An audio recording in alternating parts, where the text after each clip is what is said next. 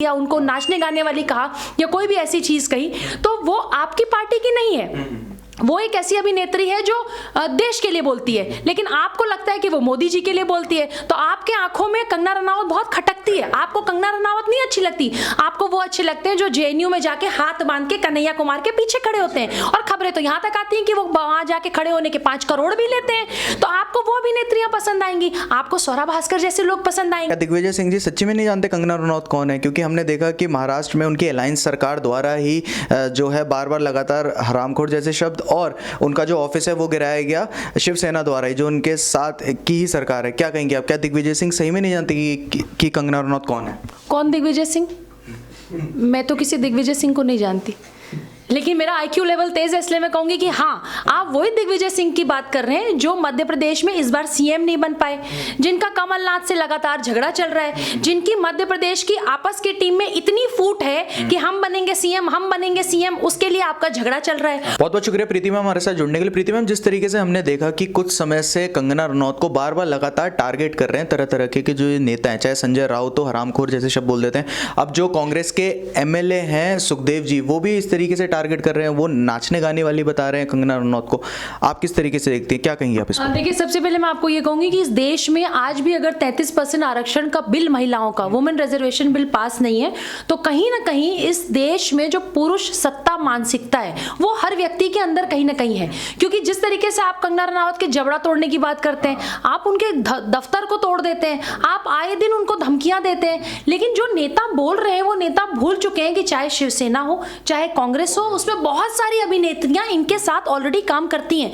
जैसे बहुत इज्जत सम्मान के साथ मैं कहूंगी, कांग्रेस के जो नेता हैं जिन्होंने टिप्पणी की है, नगमा जी जो अभिनेत्री हैं वो कांग्रेस में ऑलरेडी हैं, जो अधिकतर चैनल पर डिबेट्स में बैठा करती हैं, तो आप उनको भी क्या नाचने गाने वाली बोल सकते हैं? या वो सारी अभिनेत्रियां जो फिल्म इंडस्ट्री से आई हैं, जो डांसर्स हैं, जो सिंगर हैं, एक तरफ तो आप रिहाना और मियां खलीफा के पीछे घूमते हैं, आप एक तरफ उनको नाचने गाने वाली नहीं बोलते, आप पॉर्न स्टार को भी मान सम्मान से सर पे बिठाते हैं। और जो भारत की अभिनेत्री है, जो राष्ट्रवादी है, जो देश के लिए बात करती है, जो राम पे बात करती है, आपको उसका जबड़ा तोड़ने की बात हो जाती है, आप उसको गालियां देते हैं, आप उसको हरामखोर लड़की बोल देते हैं। तो इनकी जो मानसिकता है वो बहुत गंदी है संचित। वो सिर्फ अपनी पार्टी की जो महिलाएं हैं वो उसके इज्जत तक सीमित है। अगर दूसरी पार्टी की कोई महिला है उसको आप गाली देते हैं तो आप उसका अफसोस नहीं करते हैं कि वो भी किसी की बेटी है, वो देश की अभिनेत्री है, इतनी बड़ी अवार्ड विनर है, लेकिन क्योंकि आपके पार्टी के खिलाफ बोलती रहती है, इसलिए आप उसको टारगेट करना है। मैम, कांग्रेस के एमएलए सुखदेव जी का ये भी बयान है कि हम यहाँ पर किसानों के लिए बैठे हैं, और जो कंगना रनौत है वो किसानों की जो है छवि बदनाम करने की कोशिश कर रही थी, उन्हें आतंकवादी कह रही थी। लेकिन हमने देखा कि जिस तरीके से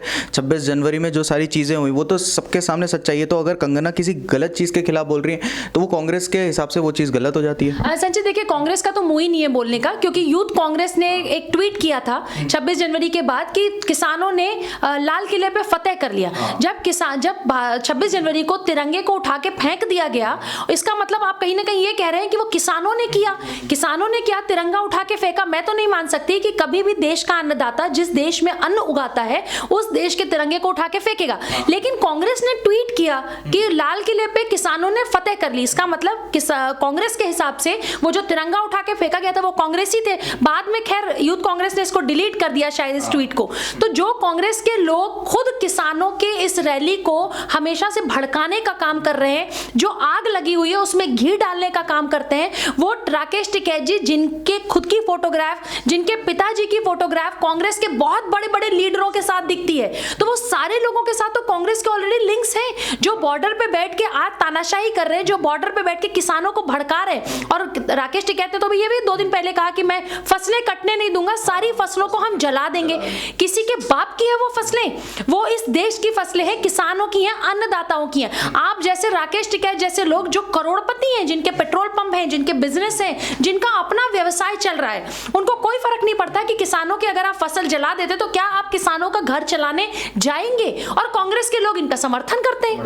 मैम, हमने देखा कि कांग्रेस जो है बार बार लगातार जो टारगेट करते हैं राष्ट्रवादी लोगों को ही करते हैं, और वहीं पर कांग्रेस जो पार्टी है वो 70 वकील कर देते हैं जिन्होंने भी 26 जनवरी को जो लॉ एंड ऑर्डर की धज्जियां उड़ाई उनके लिए। इस पर आप क्या कहेंगे? संजय, देखिए दो चीजें, पहले तो कांग्रेस को खुद ये माइंडसेट क्लियर करना पड़ेगा, और मैं किसान भाइयों से भी कहूंगी कि 130 करोड़ की जनता अपने अन्नदाता के साथ खड़ी है। हम जो इतने बड़े हुए हैं, हम जो 2 टाइम का खाना खाते हैं, वो हम अन्नदाता की मेहरबानी से खाते हैं। कर्ज है इस देश पे अन्नदाता का, लेकिन मैं नहीं मान सकती कि खालिस्तान के समर्थन में हमारे देश का अन्नदाता खड़ा हो सकता है। मैं ये जरूर मान सकती हूँ कि कांग्रेस के बहुत बड़े बड़े लीडर जो मियां खलीफा के या रिहाना के या थ्रेटा जो क्लाइमेट इन्वायरमेंटलिस्ट हैं, इनके सपोर्ट के लिए जब आप खड़े होते हैं तो आप ऐसी किसी लड़की के लिए खड़े हो जाते हैं जो देश को तोड़ने की बात कर रही है। टूल किट एडिटर दिशा रवि के लिए खड़े हो जाते हैं। तो कांग्रेस कहीं ना कहीं उन सब, और लता मंगेशकर वहीं जब अपने देश का पक्ष रखती हैं, या बॉलीवुड के जो स्टार, चलो देर आए दुरुस्त आए, लेकिन जो बॉलीवुड के स्टार्स अपनी बात को रख रहे हैं, आप उन सबके ऊपर आपकी जो पार्टी है, जो आपकी अघाड़ी महाअघाड़ी पार्टी है, जो आपका एक गठबंधन है महाराष्ट्र में, वो इनके ऊपर एक्शन लेती है। एक तरफ आप पॉर्न स्टार को समर्थन देते हैं, लेकिन आप अपने देश की कोकिला को, आप लता मंगेशकर जी के खिलाफ बोलते हैं। आप ये कहते हैं कि लता मंगेशकर जी की राय कोई मायने नहीं रखती। भारत के कोकिला की बात जो है वो मायने नहीं रखती, राय मायने नहीं रखती, लेकिन पॉर्न स्टार की राय मायने रखती है। भाई बधाई हो कांग्रेस को कि कांग्रेस ने इस देश को पॉर्न स्टार और मियां खलीफा, रिहाना जैसे बहुत सारे जो देशद्रोही टाइप लोग हैं, जो हमारे साथ, जो दिशा रवि हैं, शांतनु हैं, और वो जैकब करके एक लड़की है, इन सारे लोगों के साथ जो लोग अंतरराष्ट्रीय लेवल पे साजिश कर रहे हैं, कांग्रेस ने अंतरराष्ट्रीय मियां खलीफा टाइप के लोगों को, पॉर्न स्टार टाइप के लोगों को देश का किसान बता दिया। आप देश के किसानों के साथ हैं या आप देशद्रोहियों के साथ हैं, या आप खुद डिसाइड कर लीजिए। कांग्रेस क्यों इस तरह के ट्वीट को रीट्वीट कर रही है? क्यों उदित राज जैसे लोग जो हैं वो गलत चीजें ट्वीट पे लिखते हैं? क्यों कांग्रेस के बड़े बड़े लोग दिशा रवि के समर्थन में आते हैं? क्यों जयराम रमेश जो है दिशा रवि के समर्थन में आ जाते हैं? क्यों उसको 21 साल की बेचारी लड़की बता दिया जाता है?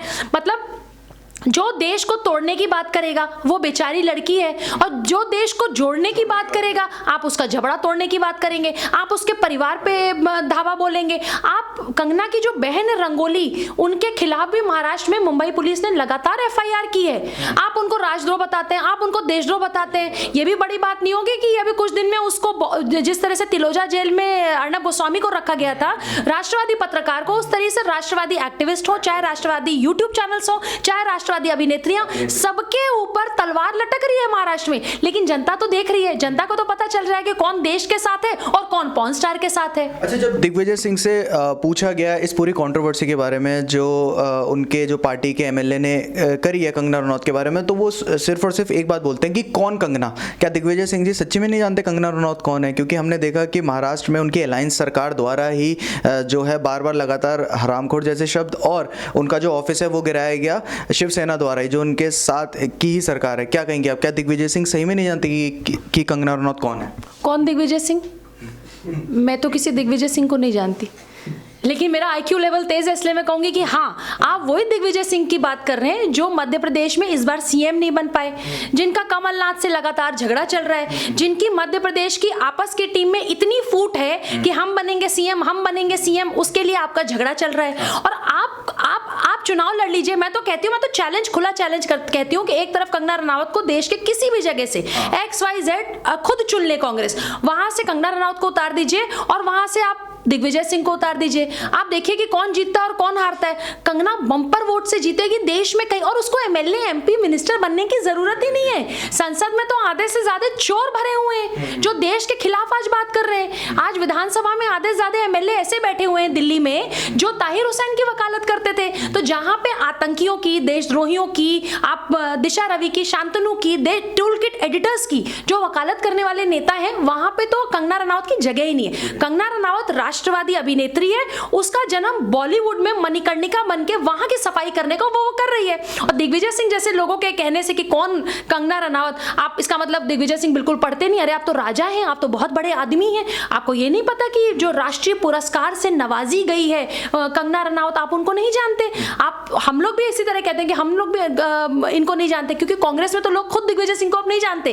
दिग्विजय सिंह जो है वो कांग्रेस की, अब मध्य प्रदेश की जो लुटिया डूब रही है, जो चली गई लुटिया वहां की डूबी, वो इन्हीं लोगों के करने की वजह से डूबी। जिस तरीके से इन्होंने कांग्रेस में, आप एक तरफ हिंदू हैं, आप राजपूत हैं, आप मध्य प्रदेश से आते हैं, और आप लोगों में इतनी भी शर्म नहीं है कि जब आपके यहाँ 22 वकील राजमाता लगाती हैं कांग्रेस में राम मंदिर के लिए या राम के सवाल उठाने के राम के ऊपर, आप उनकी खिलाफत नहीं कर सकते, आप उनके अगेंस्ट नहीं बोल सकते। कांग्रेस में बोला ही नहीं जा सकता। कांग्रेस में प्रेसिडेंट कौन? मैं तो कहती हूँ कि कांग्रेस में आज जो प्रेसिडेंट है कुछ सालों बाद भी उसी खानदान का कोई प्रेसिडेंट होगा। बीजेपी में आज अमित शाह जी हैं या कोई और है, कल को कोई और हो सकता है, लेकिन बीजेपी में तो आपको पता ही नहीं चलता। एक ही पार्टी पिछले कई वर्षों से सत्ता में बैठी हुई है, और चाहे माँ चाहे बेटा, चाहे माँ चाहे बेटा, हो सकता है फिर बेटी आ जाए या उनके नाती पोती आ जाए। तो इस तरह के सारे लोग, जो एक परिवार जो इस देश में सत्ता की कुर्सियों पे बैठा हुआ, ना उसका समाज से कोई मतलब, ना उसका राष्ट्र से कोई मतलब, क्योंकि अगर मतलब होता तो ये अनुच्छेद 370 जैसी चीजों पे आप जिस तरह से विरोध करते हैं, आप नहीं विरोध करते। रही बात किसी लड़की की, तो आप किसी लड़की के लिए जब बोलते हैं तो आप ये भूल जाते हैं कि आपके घर में भी बेटी है, आपके घर में भी माँ है, आपके घर में भी बहन है, लेकिन आपको इसलिए अच्छा लग रहा है क्योंकि वो बेटी जिसके बारे में आपके एक्स मिनिस्टर ने गाली दी या उनको नाचने गाने वाली कहा या कोई भी ऐसी चीज कही, तो वो आपकी पार्टी की नहीं है, वो एक ऐसी अभिनेत्री है जो देश के लिए बोलती है, लेकिन आपको लगता है कि वो मोदी जी के लिए बोलती है। तो आपके आंखों में कंगना रनावत बहुत खटकती है, आपको कंगना रनावत नहीं अच्छी लगती, आपको वो अच्छे लगते हैं जो जेएनयू में जाके हाथ बांध के कन्हैया कुमार के पीछे खड़े होते हैं, और खबरें तो यहाँ तक आती हैं कि वो वहां जाके खड़े होने के 5 करोड़ भी लेते हैं। तो आपको वो अभिनेत्रियां पसंद आएंगी, आपको स्वरा भास्कर जैसे लोग पसंद आएंगे, आपको वो सारे लोग पसंद आएंगे जो रिंकू शर्मा पे नहीं बोलेंगे, अखलाक पे बोलेंगे। तो वो जो देश को तोड़ने का एजेंडा चला रहे हैं संचित, वही लोग कांग्रेस के साथ खड़े हैं। और आप ये देखिए कि इस बार तो अमेठी से केरल चले गए, वायनाड चले गए, अगली बार तो मुझे लगता है कि ये जो वायनाड गए हैं इसके बाद इनको वहां से भी इनका देश निकाला हो जाएगा। अब ये लड़ ही नहीं पाएंगे, इनको इटली जाके चुनाव लड़ना पड़ेगा।